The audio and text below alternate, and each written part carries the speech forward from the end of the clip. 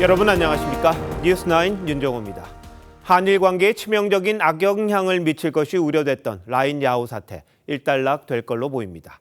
네이버 측이 지분 매각을 하지 않겠다는 뜻을 밝히면서 우리 정부도 일본에 대해 불합리한 조치를 하지 말 것을 요구했습니다. 특히 네이버 측은 일본에 곧 제출하는 보고서에 현재 지배 구조를 그대로 유지하겠다는 의사를 담아 야권이 주장했던 라인 강탈로는 결과적으로 사실무근이 됐습니다. 야권 주장 때문에 네이버가 지분을 팔지 않기로 한 건지 네이버의 속뜻은 뭐였는지 알기 어렵습니다만 이번 사태를 통해 기업의 경영 행위에 대해 정부나 정치권이 어디까지 개입해야 하는 건지 그게 적절한지 생각하는 계기가 됐으면 합니다. 오늘 첫 소식, 대통령실이 한일 갈등으로 불거질 뻔했던 라인 사태에 어떻게 입장을 내놓고 일본에 대해 어떤 요구를 했는지부터 홍연주 기자가 전합니다. 라인 사태와 관련해 연이틀 브리핑을 자청한 대통령실 성태훈 정책실장은 적절한 정보 보안 강화 대책이 제출될 경우 일본 정부가 네이버에 불리한 조치를 취해서는 안 된다고 경고했습니다. 자본 구조와 관련되어 네이버의 의사에 배치되는 불리한 조치를 취하는 일이 절대 있어서는 안 될 것입니다. 곧이어 대통령실은 라인 야후가 일본 정부에 7월 1일까지 제출해야 하는 개인정보 유출 재발 방지책 보고서에 지분 매각안을 포함하지 않기로 했다고 밝혔습니다. 당장 지분을 매각하진 않을 거란 네이버의 입장을 확인했으니 일본 정부를 향해선 이를 압박하지 말라는 메시지를 공개적으로 발표한 겁니다. 윤석열 대통령은 앞서 반일 감정을 부추기는 건 우리 기업의 권익을 지키는 데 도움이 되지 않는다고 했지만 야당은 반일 공세를 오늘도 이어갔습니다. 윤석열 대통령은 지금이라도 기시다 총리에게 직접 전화를 걸어서 자본관계를 재검토하라는 행정조치를 처리하라 이렇게 요구하시기 바랍니다. 하지만 네이버가 서둘러 지분을 매각하진 않기로 하면서 정치권 공방도 일단락될 전망입니다. 집권 자민당 사정에 정통한 김윤 한일경제협회장은 일본 정부도 두 기업의 자본관계 재검토에 관여하지 않겠다는 입장이라고 전했습니다. TV조선 홍연주입니다.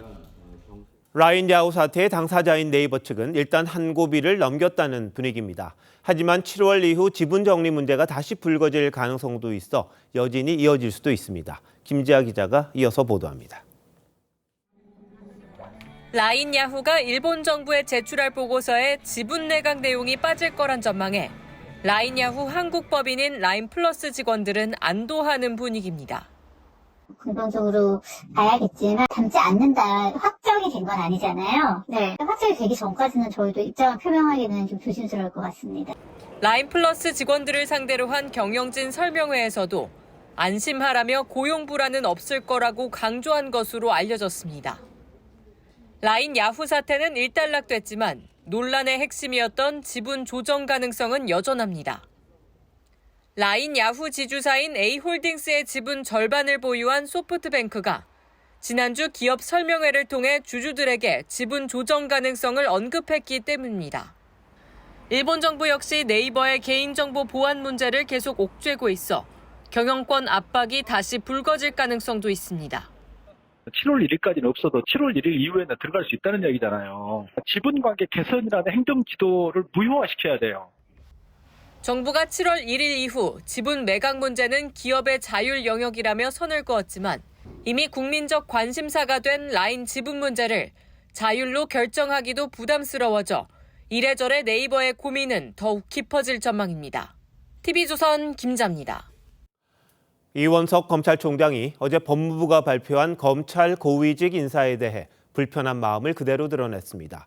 취재진의 질문에 긴 침묵으로 답한 건데 그러면서도 이번 인사 논란의 근본 원인으로 지목되는 김건희 여사 관련 수사에 대해선 원칙대로 하겠다고 했습니다. 안혜리 기자입니다. 지방 일정을 취소하고 대검찰청으로 출근한 이원석 검찰총장이 굳은 표정으로 취재진 앞에 멈춰섭니다. 어제 단행된 검찰 고위직 인사에 본인 의사가 반영됐는지 묻는 질문에 7초간 침묵합니다. 어제 단행된 검사장 인사는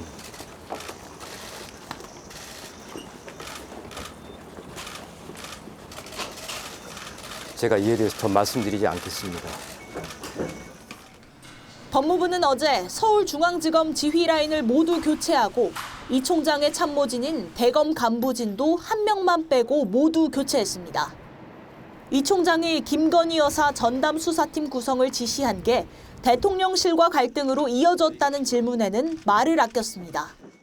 인상과 갈등설 비춰졌는데 어떻게 보십니까? 제가 드릴 수 있는 말씀이 아닙니다. 이 총장은 지난 주말 박성재 법무장관에게 인사에 대한 의견을 냈지만 반영되지 않은 것으로 알려졌습니다. 이 총장은 김 여사 관련 수사는 원칙대로 할 것이라고 강조했습니다. 어느 검사장이 오더라도 수사팀과 뜻을 모아서 일체의 다른 고려 없이 오로지 증거와 법리에 따라서만 원칙대로 수사할 것입니다. 인사에 대한 불만으로 사퇴할 거란 일부 언론 보도에 대해선 총장으로서 주어진 소명과 책무를 다하겠다며 넉 달 남은 임기를 채우겠다는 뜻을 밝혔습니다. TV조선 안혜리입니다. 민주당은 이번 검찰 인사를 계속 문제 삼고 있습니다. 김건희 여사 수사를 무마하려는 방탄용이라는 주장으로 특검 요구가 더 거세질 걸로 보입니다. 국민의힘은 수사를 무마하는 게 불가능하다고 반박했는데 한송원 기자가 보도합니다. 민주당은 검찰을 틀어쥐고 김건희 여사 방탄에 나서겠다는 신호탄이라고 목소리를 높였습니다. 영부인에 대한 수사를 원천 봉쇄하려는 대통령의 의지가 담긴 인사였다, 이렇게 생각합니다. 특히 이창수 신임 중앙지검장 인사를 문제 삼았습니다. 이재명 대표가 연루된 성남FC 불법 후원 사건과 문재인 전 대통령 전 사위의 특혜 채용 의혹 수사를 지휘했던 친윤 검사란 겁니다. 검찰 정권의 최일선에서 야당 탄압 선봉에 섰던 대표적인 친윤 라인입니다. 법무부 장관 시절 당시 윤석열 검찰총장과 대립했던 추미애 당선인도 비판에 가세했습니다. 방탄 인사로 땄다. 한마디로 수사를 틀어막는 인사, 수틀막 인사로 보입니다. 야권은 이번 인사로 김 여사 특검의 필요성이 더 커졌다고 주장했습니다. 국민의힘은 정례 인사일 뿐 수사 무마는 불가능하다고 반박했습니다. 민주당의 비판이 이재명 대표 방탄 성격 아니냐는 의혹도 제기됐습니다. 이재명 대표의 방탄에도 방점을 두고 있는 말씀이 아닌가 생각이 듭니다. 그분들이 이재명 대표 인물들 수사하신 분들로 뉴스에 나오던데요. 다만 유승민 전 의원은 대통령 부인도 법 앞에 평등하다며 수사를 영원히 덮을 수는 없다고 했고, 김용태 비대위원도 국민의 우려를 인지해야 한다고 했습니다. TV조선 한송원입니다. 어제 피의자 신분으로 검찰 조사를 받은 최재형 목사와 서울의 소리 측이 증거 제출 문제를 두고 이견을 보이고 있습니다. 서울의 소리는 최 목사가 김 여사에게 건넨 명품을 구입해준 매체인데 김 여사와 최 목사가 나눈 대화 내용 전면 공개를 놓고 양측 입장이 엇갈렸습니다. 황병준 기자의 단독 보도입니다. 12시간 넘게 검찰 조사를 받고 나온 최재형 목사가 증거 자료는 아무것도 제출하지 않았다고 말합니다. 원본 영상이나 카톡 자료들도 다 제출은 안 하신 건가요? 아무것도 한 거 없습니다. 검찰은 최 목사와 서울의 소리에 몰카 영상 원본과 김건희 여사와 나눈 카톡 대화도 제출하라고 요청했습니다. 그런데 카톡 대화 검찰 제출을 놓고 최 목사와 서울의 소리 측이 이견을 보이고 있습니다. 최 목사 측은 TV조선 통화에서 수개월에 걸친 김 여사와의 사적인 메신저 대화를 공개하기 어렵다며 현재로선 관련 대화와 영상 모두 제출하지 않겠다는 입장이라고 했습니다. 반면 자료를 갖고 있는 서울의 소리 측은 오는 20일 검찰 조사 때 원본 영상과 메신저 대화 일부를 제출할 계획이라며 그래야 검찰이 수사를 할 것 아니냐고 했습니다. 증거들을 1차적으로 우리가 제출을 할 거고요. 검찰이 수사를 제대로 안 하면 계속해서 확실한 증거들을 저희가 제출할 겁니다. 최 목사 측이 카톡 대화 제출을 꺼리는 이유에 대해선 법적으로 문제될 수 있는 내용이 담겨 있기 때문이라는 관측이 나옵니다. TV조선 황병준입니다. 어제 검찰 인사로 대통령실과 이원석 검찰총장 간의 갈등이 수면 위로 드러났다는 말이 나옵니다. 발단은 역시 김건희 여사 수사라는 게 중론인데 앞으로 이 수사가 어떻게 될지 검찰을 출입하는 권영석 기자와 알아보도록 하겠습니다. 자, 권 기자, 용산과 검찰 사이의 갈등설 이게 나온 지는 한참 됐잖아요. 네, 그렇습니다. 원래 윤석열 대통령이 검찰총장이던 시절에 이원석 총장은 대검 참모로 호흡을 맞춘 긴밀한 관계였습니다. 그런데 균열이 생긴 건 올 초라고 알려져 있습니다. 검찰이 도이치모터스 주가 조작 사건과 관련해서 김건희 여사를 소환을 시도한 게 발단이 됐습니다. 이후 서초동에선 이원석 총장이 용산에 눈밖에 났고 송경호 서울중앙지검장은 곧 경질될 거란 설이 돌았습니다. 여기에 기름을 끼얹은 게 지난 2일 이 총장의 명품 수수 논란 전담 수사팀 구성 지시였습니다. 이후 11일 만에 대통령이 법무부를 통해 이 총장의 의사에 반하는 검찰 고위직 인사를 단행하면서 윤 대통령과 이 총장 사이가 돌아올 수 없는 강을 건넜다는 분석이 나옵니다. 이를 놓고 지난 정부 때 울산시장 선거 개입 사건 등을 놓고 벌어진 추윤 갈등이 재현됐다는 평가까지 나옵니다. 네, 인사는 법무부 장관과 검찰총장이 상의를 했다 이런 이야기는 있더라고요. 그런데 역시 궁금한 건 김 여사 수사가 이제 앞으로 어떻게 될 거냐 이거 아니겠습니까? 네, 현재 김 여사 수사는 명품 수수 논란과 도이치모터스 주가 조작 수사 이렇게 두 가지 갈래로 진행 중입니다.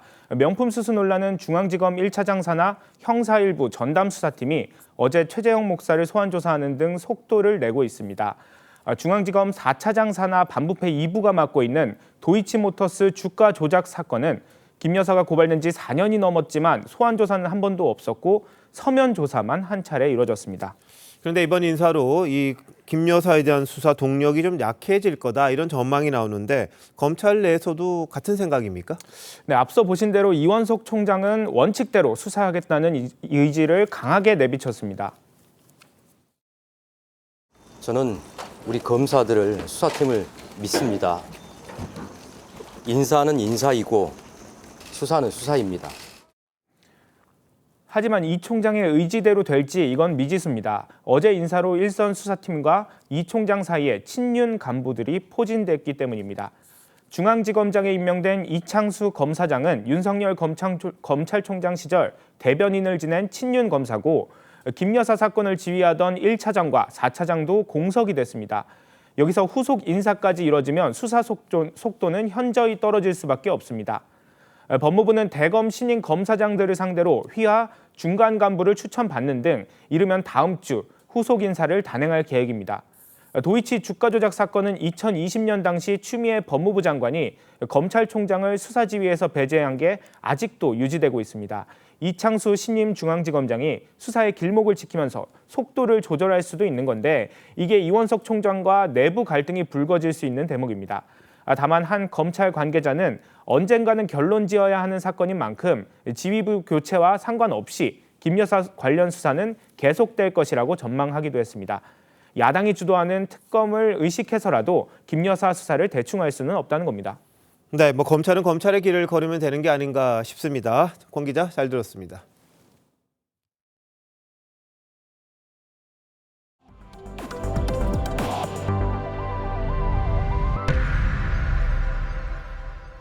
윤석열 대통령이 야권 일부에서 주장하는 탄핵론을 우회적으로 반박했습니다.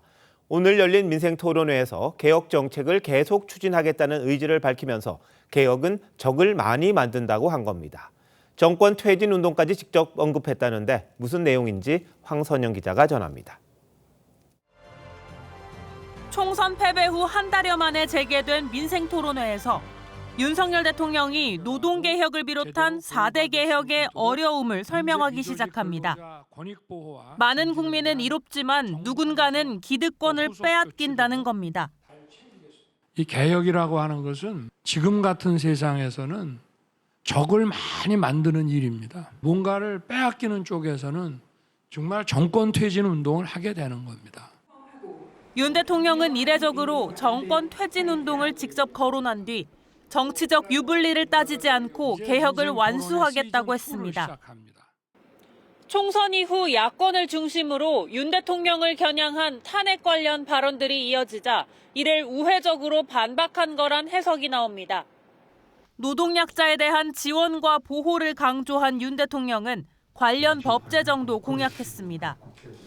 노조에 가입되지 않은 근로자들이 상해나 실업을 당했을 때 도움받을 공제회나 분쟁 해결을 위한 조정협의회를 설치하는 내용을 담겠다고 했습니다.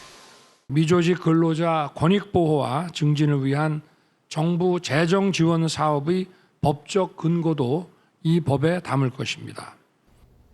또 노동 관련 민형사 사건을 종합적으로 처리하는 특별법원인 노동법원 설치를 위한 법안 준비도 지시했습니다. 야권에서도 꾸준히 주장해온 노동계 수건으로 향후 협치의 물꼬가 될 수 있다는 전망도 나옵니다. TV조선 황선영입니다. 하지만 야권은 더 노골적으로 구체적으로 탄핵을 시사합니다. 특히 윤석열 대통령이 해병대원 특검법을 거부하면 범야권이 공동 대응에 나서겠다고 했습니다. 장세희 기자가 취재했습니다.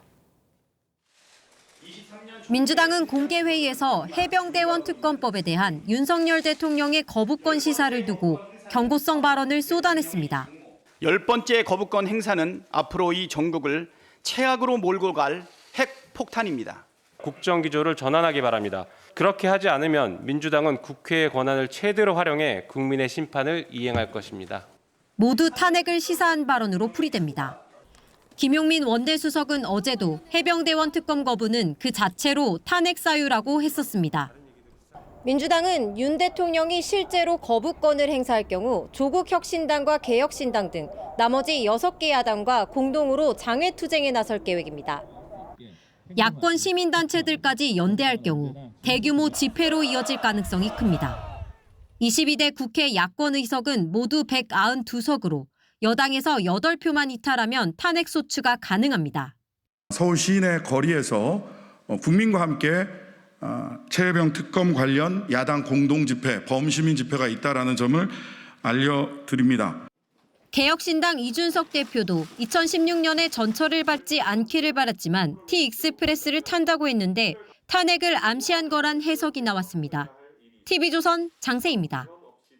모레 열리는 민주당 국회의장 후보 경선이 이른바 교통정리 과정을 거치며 추미애 당선인과 우원식 의원 2파전으로 좁혀졌습니다. 그런데 일부 강성 지지자들은 그나마 남아있는 우 의원에게도 사퇴를 압박합니다. 지난 총선에 불출마했던 우상호 의원은 국가 서열 2위인 국회의장 선거에 당대표가 관여하는 건 잘못이라고 비판합니다. 최원희 기자가 보도합니다. 추미애 당선인을 지지하는 민주당원들이 국회에 모였습니다. 뜻을 같이 하는 당원 2만 명의 서명을 공개하며 추 당선인의 국회의장 후보 추대를 촉구했습니다.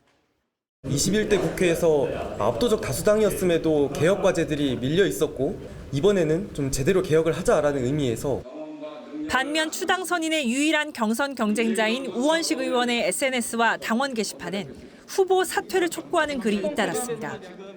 눈치 챙기고 사퇴하라, 지역구나 잘 챙겨라는 등의 내용들입니다. 지난 12일 우 의원은 당내 교통정리 움직임을 겨냥해 황당하다며 경선 완주 의사를 밝힌 바 있습니다. 이 같은 움직임에 당내에선 공개 비판이 나왔습니다. 지난 총선에 불출마했던 4선의 우상호 의원은 권력 서열 2위인 국회의장을 당대표가 결정하고 구도를 정리하는 건 잘못이라고 지적했습니다. 전 사실 좀 이렇게 자괴감 같은 게 들었고요. 어떤 권유를 받아서 중단한 거라면 저는 이건 심각한 문제라고 생각합니다. 또 이 대표가 잘 좀 해줬으면 좋겠다고 자신에게만 말했다고 한 추 당선인 발언을 두고도 정치적 쟁점에 대한 말씀은 삼갈 필요가 있다고 직격했습니다.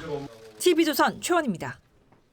당권 도전설이 나오는 한동훈 국민의힘 전 비상대책위원장이 총선에 책임이 있냐 없냐를 두고 국민의힘에선 미묘한 신경전이 벌어졌습니다. 총선 패인을 분석하는 총선백서특위 회의에서 황우엽 비대위원장은 특정인의 책임을 부각하지 않았으면 좋겠다고 했는데 조종훈 위원장은 궁금증은 풀어야 한다고 반박했습니다. 어떤 부분에서 부딪혔는지 이태희 기자가 취재했습니다. 국민의힘 황우엽 비대위원장은 총선 백서에 특정 개인의 책임을 묻는 건 적절치 않다고 말했습니다. 주어를 당으로 해서 개인의 책임을 추궁하는 식으로 하시지 말고 비대위원장에서 물러난 것으로 정치적 책임을 봉합하자고도 했는데 최근 전대 출마설이 나오고 있는 한동훈 전 비대위원장의 등판 가능성을 열어준 것 아니냐는 해석이 나왔습니다. 하지만 백서특위위원장인 조정훈 의원은 패인에 대한 궁금증을 풀어줘야 한다며 황 위원장의 제안을 사실상 거절했습니다. 직설법을 쓰나 은유법을 쓰나 읽는 사람들은 다 해석할 수 있을 거라고 생각합니다. 조 의원은 친한계로 꼽히는 장동혁 당시 사무총장에 대해서도 물을 게 많다고 했고 한 전 위원장 면담도 요청하겠다고 예고했습니다. 총선 국면에서 한 전 위원장과 가까운 인사로 분류됐던 조 의원이 백서 작성을 명분으로 한동훈 견제에 나선 것 아니냐는 시각도 있습니다. 한 전 위원장의 전대 출마 가능성을 놓고도 갑론을박이 이어졌습니다. 이상민 의원은 출마가 기정사실화됐다고 했지만 윤상현 의원은 자숙하는 게 맞다며 반대했습니다. TV조선 이태희입니다. 역대 가장 안 좋다는 한중 관계에 훈풍을 가져올 거라 기대를 모았던 외교장관의 중국 방문이 끝났습니다. 6년 만이었는데 양국 발표문에는 우리 측이 요구한 강제 북송 문제와 중국의 대만 등 민감한 내용이 다 빠져서 여전히 온도차를 보였습니다. 조태열 장관은 시진핑 주석도 만나지 못했습니다. 이태영 기자입니다. 조태열 외교부 장관이 왕이 중국 외교부장과 악수를 나눕니다. 한국 외교장관이 베이징을 방문한 건 6년 6개월 만입니다. 조 장관은 양국 간 얽혀있는 실타래를 하나씩 풀자고 운을 뗀 뒤 탈북민이 북한이 아닌 희망지로 가야 한다며 강제 북송에 대한 우려를 전달했습니다. 안보리 상임이사후에 합당하는 국제평화 유지에 필요한 책임 있는 역할을 할 수 있도록 기대하고. 하지만 왕이 부장은 중국이 대한반도 정책에 변함이 없다는 말로 답변을 대신했습니다. 그러면서 한국이 하나의 중국 원칙을 준수하길 희망한다며 양안 문제를 거론했습니다. 두 외교장관은 4시간 동안 소통하며 북핵 문제와 국제정세를 논의했지만 양국이 따로 낸 발표문엔 우리의 관심사인 북한과 강제 북송, 중국의 대만과 양안 문제가 담기지 않아 여전한 입장차를 반영했습니다. 중국 언론은 한미동맹의 경계심도 드러냈습니다. 遏制政策，那么韩国相应的这些动作的这个组合呢，那么严重损害了中韩相互信任的基础，也恶化。 중국 관영 환구시보는 긍정적 진전이라는 평가를 내렸지만 미국을 지목해 제3자의 방해를 받아선 안 된다고 주장했습니다. TV조선 이태형입니다. 태국 파타야에서 발생한 한국인 관광객 살인 사건의 용의자 1명이 캄보디아에서 추가로 붙잡혔습니다. 경찰은 태국 주변국으로 달아난 공범 1명도 쫓고 있습니다. 이성진 기자가 취재했습니다.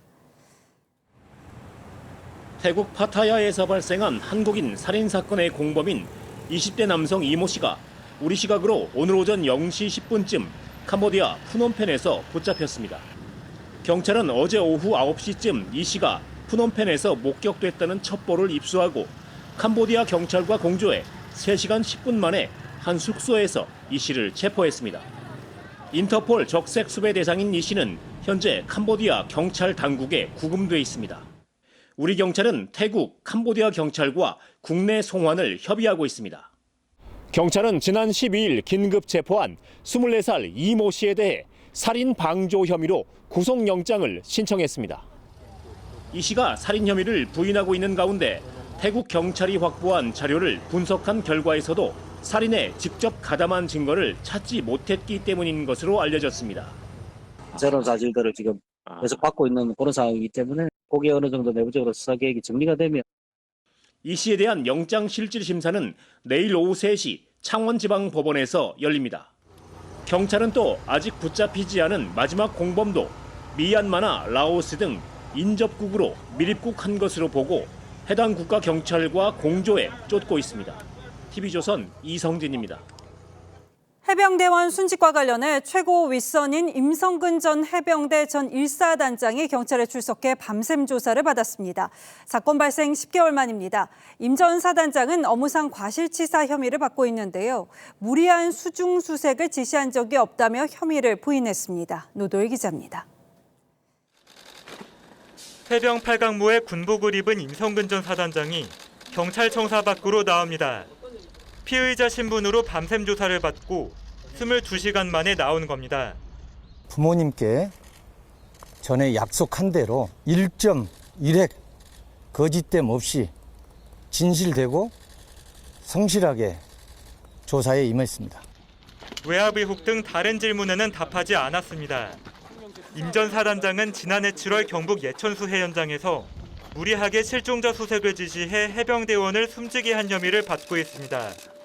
순직한 해병대원 소속 부대장의 변호인은 3주 전 소환 조사에서 당시 비가 많이 와서 수색 중단을 상부에 건의했지만 받아들여지지 않았다고 주장했는데 경찰은 밤샘 조사에서 상부가 임 전 사단장인지를 밝히는 데 집중했습니다.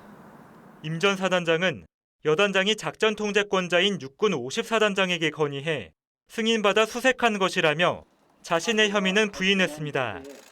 일부 언론에서 심지어 제가 하지도 않는 수중 수색 지시를 제가 했다고 10개월째 주장하고 있습니다. 경찰은 임 전 사단장의 조사 기록을 검토해 재소환 여부를 결정할 방침입니다. 또 필요할 경우 엇갈린 진술을 한 숨진 해병대원 소속 여단장과 대대장을 불러 대질 조사를 진행할 예정입니다. TV조선 노도일입니다. 탈세를 위한 꼼수가 날로 발전하고 있습니다. 집에 골드바와 현금을 쌓아두고 호화 생활을 하면서도 세금을 안 낸 체납자 600여 명에 대해 세무당국이 추징에 나섰습니다. 이들은 가상화폐나 음원 저작권을 통해서 자산을 숨기기도 했습니다. 윤서아 기자가 보도합니다. 국세청 직원들이 고액 체납자 A씨 집으로 들이닥칩니다. 저는 인정할 수가 없어요.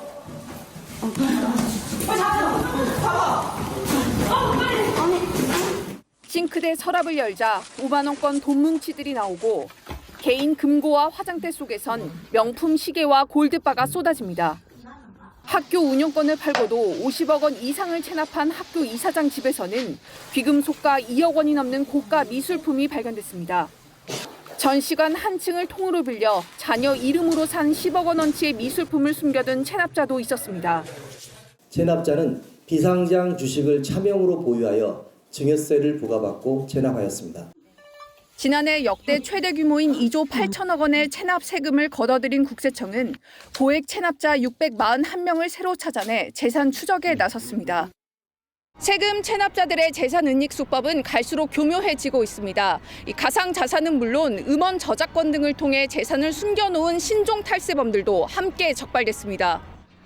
국세청이 2021년부터 압류한 가상자산은 1,080억 원 규모. 특히 그동안은 정부 기관과 법인은 가상자산을 직접 매각할 수 없었는데 관계 당국과 협의해 이번 달 처음으로 11억 원어치를 매각해 세금을 충당했습니다. TV조선 윤서입니다. 때이른 더위에 하루만 사는 곤충 동양 하루살이가 기승입니다. 사람에게 해를 주지는 않지만 몸과 날개가 커서 불편을 넘어서 공포를 호소하는 시민이 많은데요. 코와 입에까지 들어가는 경우도 발생하고 있습니다. 신유만 기자입니다.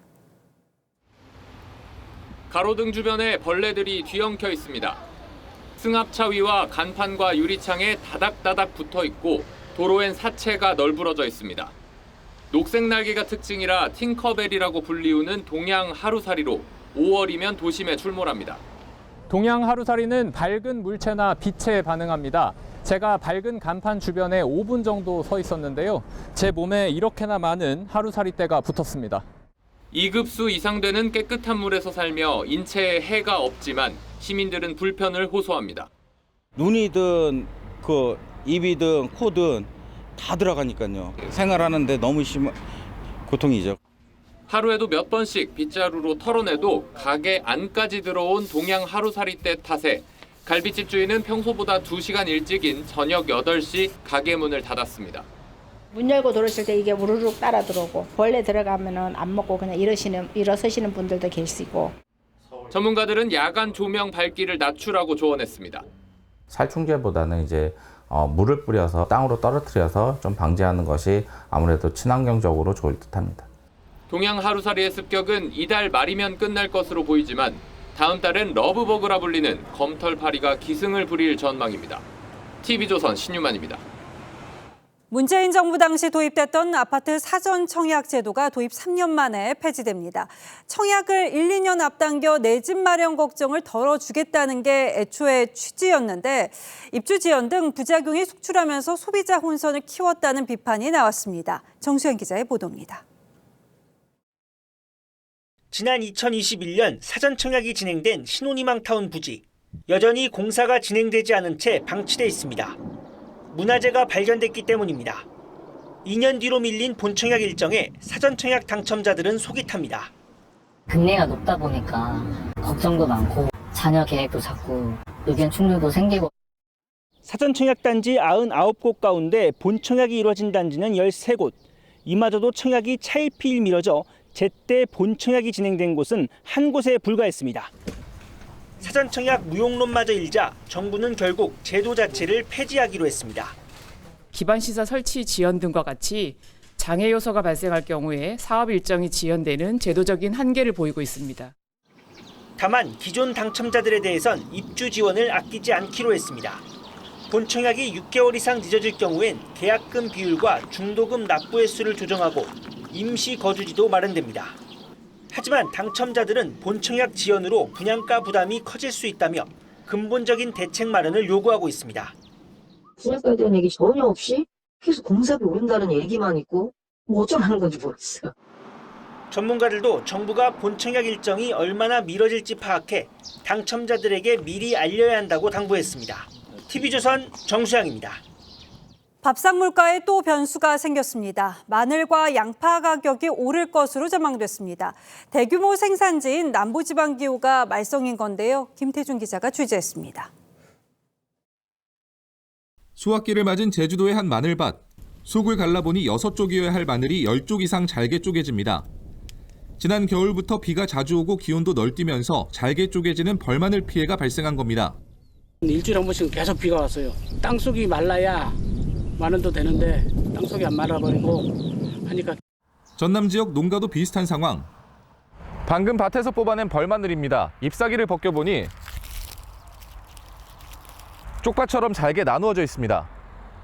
농민들은 한숨만 늘어갑니다. 30년간 농사 지으면서 이렇게 벌마늘 되기는 처음인데 저도 막막합니다. 이걸 뽑아서 팔아야 되는데 뽑아도 손해가 많아서. 강수량이 평년보다 76% 증가하고 일조량은 53% 줄어든 전남에서는 양파 작황도 좋지 않습니다. 전남도는 양파 생육장애를 재해로 인정해 줄 것을 정부에 건의했습니다.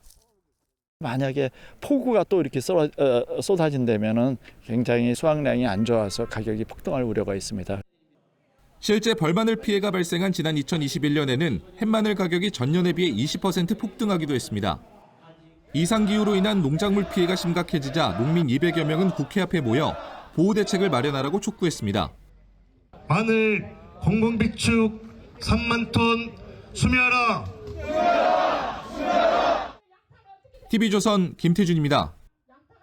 AI 발전 속도가 정말 놀랍습니다. 챗GPT 개발사인 오픈AI가 새 모델을 내놨는데요. 명령어 없이 자연스럽게 대화가 가능한 것은 물론이고 인간의 감정까지 담아냈습니다. 장혁수 기자입니다. 친구가 잠을 잘 수 있도록 로봇과 사랑에 대한 이야기를 들려달라고 하자 AI 모델이 즉시 반응합니다. Oh, a bedtime story about robots and love? I got you covered. Gather round, Barrett. 감정 표현을 극대화해달라는 요청도 자연스럽게 반영합니다. No, ChatGPT. I really want maximal emotion, like maximal expressiveness, much more than you were doing before. Understood. Once upon a time, in a world not too different from ours. 오픈AI가 새롭게 선보인 AI 모델 GPT-4o의 모습입니다. 문자로 물으면 문자로 답하던 이전 모델과 달리 음성과 영상까지 인식하는 멀티모달 AI로 누구나 쉽게 이용할 수 있습니다. Yes, I spotted one just now. It's heading your way on the left side of the road. Get ready to wave it down. 응답 반응 시간도 빨라졌습니다. GPT 3.5는 2.8초, GPT-4는 5.4초가 걸렸지만 새 모델은 사람이 대화할 때 반응하는 속도와 비슷한 0.32초로 줄었습니다. But this is the first time that we are really making a huge step forward when it comes to the ease of use. 대화가 끊겨도 맥락을 이해하고 카메라로 인식한 사람의 감정까지 이해하는 모습에 샘 올트먼 오픈AI CEO는 영화 속 AI처럼 느껴진다. 현실이라는 게 여전히 놀랍다고 자평했습니다. TV조선 장혁수입니다. 의대 증원 정책이 제대로 된 건지를 판단하겠다는 법원의 시간이 다가오자 의료계가 전방위적으로 공세를 취하고 있습니다. 국무총리를 고발한 데 이어 3,000명을 제한했다는 이유로 병원 단체 관계자들을 공개 비판의 무대에 세웠습니다. 도를 넘어선 듯도 한데 황민지 기자가 취재했습니다. 이면택 의사협회장이 SNS에 올린 글입니다. 경기도의 한 종합병원 이름을 공개하며 의료법 위반이나 의료사고, 조세 포탈과 리베이트 사례 등을 제보해달라고 했습니다. 대한종합병원협의회장이 병원장인 곳입니다. 협의회는 지난 1월 매년 3,000명씩 5년간 총 15,000명의 증원 의견을 정부에 냈고 이 사실이 알려지면서 공세의 중심에 섰습니다. 협의회 임원들의 실명과 병원 명단 또한 현재 의사들 사이 유포되고 있습니다. 협의회 관계자는 참담하다는 반응입니다. 의견을 다양하게 들을 수 있고 그거 갖고 서로 대화도 하고 할 수 있는 거 아니에요. 자표제금에서 공격하는 건 대한민국이 과연 이게 이성적인 집단인가도 의심이 들죠. 정부도 의료계를 향해 생각이 다른 상대방을 압박 공격하는 관행을 중단하라고 촉구했습니다. 의대 교수단체는 한덕수 총리 등 정부 관계자들을 조폭에 빗대며 공수처에 고발했습니다. 국무총리 및 장차관들이 떼거지로 몰려가지고 중대본 회의를 하면서 변호사 개인을 공격했습니다. 조폭들이 하는 짓입니다. 증원 저지를 위한 의료계의 움직임은 법원 결정을 앞두고 그 수위가 더욱 높아질 전망입니다. TV조선 황민지입니다. 의대생들의 집단 유급 가능성이 커지고 있습니다. 다급해진 대학들은 의대생들의 1학기 유급을 면제하는 방안까지 검토 중입니다. 그러자 의대생을 위해 학칙까지 바꾸냐는 반발이 터져나오기 시작했습니다. 의대생은 구제하면서 특혜 논란은 차단해야 하는 상황. 배상윤 기자가 취재했습니다. 전국 37개 의대가 의대생 유급 방지책을 교육부에 제출했습니다. 비대면 원격 수업과 계절학기 수강 과목 확대를 비롯해 1학기에 한시적으로 유급 기준을 적용하지 않는 특례 규정 등이 제시됐습니다. F학점을 받으면 유급이 원칙이지만 학칙을 개정해 2학기 이수를 가능하게 하겠다는 겁니다. 수업은 지금 동영상도 올리고 여러 가지 다 병행하고 이렇게 있습니다. 전반적으로 저희가 필요한 조치들은 건의를 하긴 했을 건데 교육부는 대학들의 요청을 받아들이겠다는 입장입니다. 유급보다는 학생들이 복귀해서 정상적으로 수업에 전념할 수 있도록 하는 것이 저희들 기본 입장이기 때문에 이처럼 의대생 구제 방안이 잇따르는 것을 놓고 일부 학생들 사이엔 공정성에 어긋난 특혜란 반발이 커지고 있습니다. 공평하게 해야 되는데 공평하지 않으면 다른 학생들 사이에서도 비슷한 일이 앞으로도 반복될 수 있고 1년이 필요한 의학교육기간이 6개월로 단축된다는 지적도 나옵니다. 이런 식으로 의대생 배출할 거면은 그 교육 과정은 왜 있는 건지 그런 의문이 들어요. 의대생 유급 방지가 의대생 특혜 논란으로 번질 경우 대학 내 새로운 갈등을 낳을 수 있다는 우려가 나옵니다. TV조선 배상윤입니다. 정부가 법원에 제출한 의대 증원 근거 자료 중 가장 논란이 되는 게 2,000명 증원을 의결한 보건의료정책심의위원회, 즉 보정심 회의록입니다. 의료계에선 이 회의가 거수기 역할만 했고 정부가 아무런 사전 심의 없이 2,000명이라는 숫자를 가져와 의결시켰다고 주장하는데 회의에서 무슨 논의가 있었던 건지 따져보겠습니다. 자, 김자민 기자, 먼저 위원회 구성이 중요할 것 같은데 어떤 사람들로 이루어졌습니까? 네, 이 보정심은 위원장인 보건복지부 장관을 포함해 총 25명으로 구성됩니다. 정부위원 7명, 수요자와 공급자 대표 각 6명, 전문가 5명으로 구성돼 있는데요. 이 25명 가운데 의사 출신은 5명입니다. 2,000명 증원 안건이 의결된 2월 6일 3차 회의에는 대한의사협회와 한국희귀난치성질환연합회는 불참했습니다. 정부는 23명 가운데 19명, 그러니까 참석위원 23명 가운데 19명이 2,000명 증원에 찬성을 했다, 이렇게 이야기를 하잖아요. 근데 의료계는 거수기 역할을 했다 그러는데 누구 말이 맞는 겁니까? 네, 회의록 전문을 보면요. 참석자 23명 중 위원장을 제외하고 22명 가운데 발언을 한 건 13명입니다. 이 가운데 2,000명 증원에 직접적인 찬성 의견을 밝힌 건 5명입니다. 이 4명은 반대 의견을 냈습니다. 이 가운데 3명이 의사 출신이었습니다. 이 4명은 찬반을 밝히지 않고 발언했는데요. 정부는 위원장과 찬선 5명, 찬반을 밝히지 않은 4명, 그리고 의견 개진을 하지 않은 9명까지 모두 19명을 찬성 인원이라고 밝힌 겁니다. 9명은 의견을 안 냈다는 거잖아요. 발언도 안 했다는 거잖아요. 그런데 왜 이 사람들까지 찬성한 걸로 집계를 한 겁니까? 네, 일단 상당수가 정부 위원입니다. 자동으로 찬성 의견에 집계가 됐을 것으로 보입니다. 한 가지 또 짚어볼 건요. 당시 회의는 정부의 의대 2,000명 증원 발표 기자회견이 있기 1시간 전에 열렸습니다. 이 회의 말미에 위원장인 복지부 장관은 기자들이 많이 기다리고 있다며 서둘러 회의를 마무리했는데요. 이 회의에 참석한 한 위원은 회의에서 2,000명이란 숫자를 처음 들었고 이 시간이 촉박해 제대로 발언 기회가 주어지지 않았다고 전했습니다.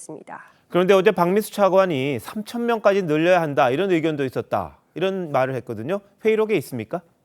네, 위원 2명이 관련 발언을 했는데요. 그중 하나는 한국소비자단체협의회 측의 발언이었습니다. 이 환자의 귀중한 생명과 재산 침해를 받고 있다며 2,000명도 적고 최소 3,000명은 증원해야 한다고 한 건데요. 이 환자 단체들은 의대 증원을 꾸준히 주장해왔습니다. 그런데 의료계는 이 위원회가 한쪽으로 좀 기울어져서 구성이 돼 있다 이런 주장을 하는 거죠. 네, 일본의 경우 우리의 보정심 역할을 하는 의사수급분과회가 있습니다. 대다수가 의사 출신입니다. 우리는 5명뿐이죠. 우리 정부가 의대 증원 문제를 놓고 여러 단체의 의견을 수렴하려는 의도가 있었겠지만 이 논의 초반에 의사들의 목소리를 충분히 듣지 못한 게 의료 사태를 장기화시킨 원인이 아닌가 이런 아쉬움이 남는 부분입니다.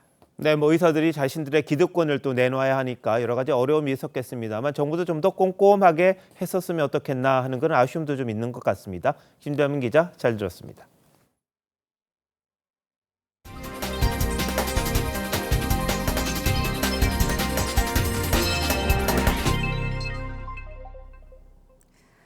대통령 선거를 앞둔 미국의 중국 때리기가 계속되고 있습니다.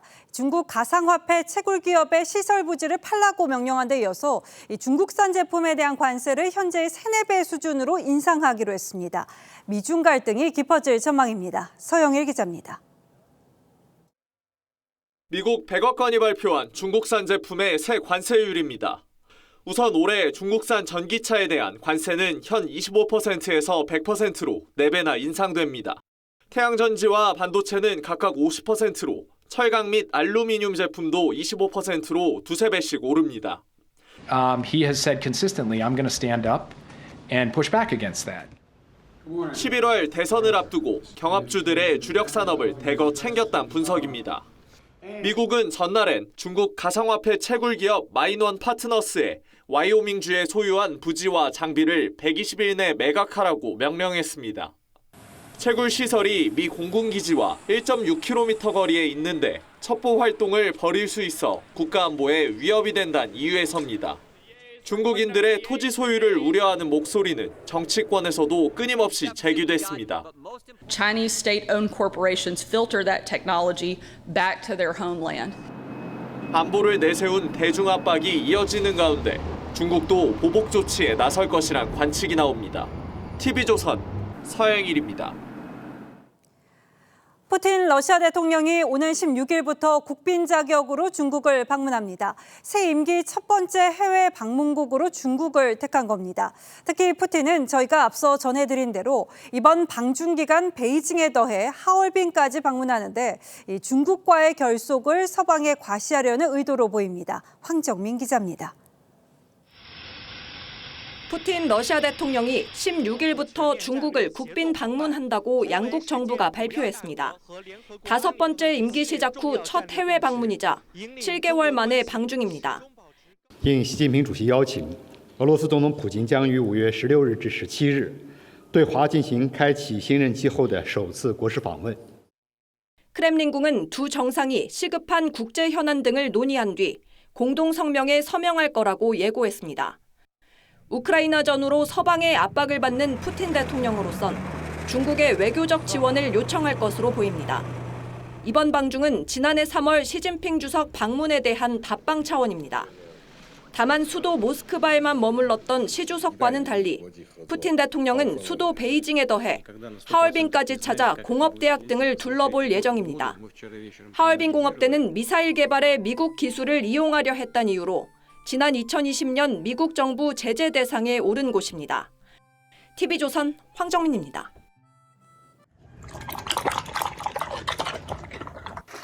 돼지들의 후루룩 쩝쩝 교양곡이 요란합니다. 돼지 가족들의 식욕이 여간 아닙니다. 벌써 3접시나 먹었는데 또 먹게 해요? 밥 먹을 때 천박한 잡소리를 내지 않는 건 동서고금의 예의죠. 조선 정기의 문신 배맹후는 국수를 보면 상 밑에 내려놓곤 했습니다. 사람들이 국수를 입 가득 넣고 쭉쭉 빠는 걸 보면 심신이 떨리고 흔들린다. 지난 4년 국회에 출석했던 강요 중에 단연 시끄러웠던 분이 있었습니다. 국회의 권위를 뭉갰다는 말들이 헌정사에 남을 만합니다. 소설을 쓰시네. 질문도 질문 같은 질문을 하세요. 그래서 어쨌다는 겁니까? 품위가 이 정도면 있는 거죠. 22대 국회 전반기 국회의장에 추미애 당선인이 유력하다고 합니다. 의장에 도전했던 다른 친명계 2명이 물러났기 때문입니다. 친명 중에 찐명이라는 원내대표가 두 사람을 만나 물밑 조율을 했다고 알려졌습니다. 원내대표가 입법부 수장 후보들을 교통 정리한다는 게 가당키나 한가요? 의문은 이내 풀렸습니다. 좀 잘 좀 해주시면 좋겠습니다. 이렇게 말씀을 주셨죠. 그는 이 대표와 여러 차례 깊이 얘기를 나눴다고 밝혔습니다. 우원식 의원과 양자 대결을 벌이지만 승부의 추는 기운과나 다름없다는 말들이 많습니다. 국회의장은 신망과 경륜으로 입법부를 이끌며 현명하게 매듭을 풀어야 하는 자리입니다. 국회법도 당직을 갖지 못하게 하고 있죠. 그런데 그는 국회의장은 중립이 아니라고 공언했습니다. 민주당 출신 의장들을 겨냥해서는 다 된 밥에 콧밭 들였다고도 했습니다. 장관 때 했던 반의회주의 언행과 사뭇 일치합니다.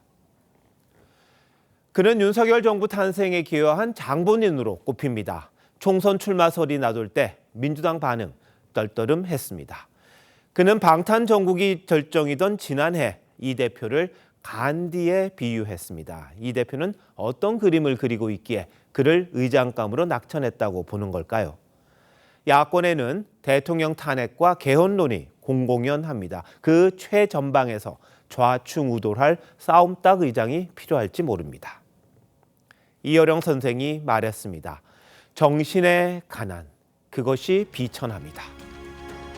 5월 14일 앵커 칼럼 오늘 국회의장의 누구라고 였습니다.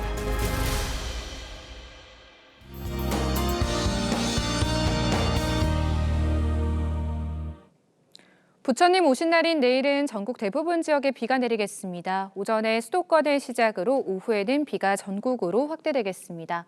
모레까지 강원 산지에 최대 100mm 이상, 강원 동해안과 경북 북부 동해안에 최대 80mm 이상의 많은 비가 내리겠고요. 서울 등 서쪽 지역은 5에서 20mm 정도로 양이 많지는 않겠습니다. 다만 낮부터 돌풍과 벼락을 동반해 요란할 수 있겠고요. 중부와 경북 지역은 쌀아구박이 떨어질 수 있겠습니다. 늦은 오후부터 강원 산지에는 1에서 5cm의 눈이 내려 쌓이겠습니다. 낮부터는 전국적으로 바람도 매우 강하게 불겠습니다. 내일 아침 서울이 14도로 오늘보다 조금 높겠고요.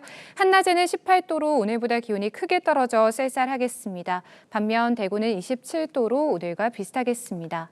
내일 오후 동해 남부 해상의 물결이 최대 6m로 매우 거세겠습니다. 모레 오전에 서쪽부터 차차 맑아지겠습니다. 날씨였습니다. 5월 14일 화요일 뉴스9 마칩니다. 시청해주신 여러분 고맙습니다.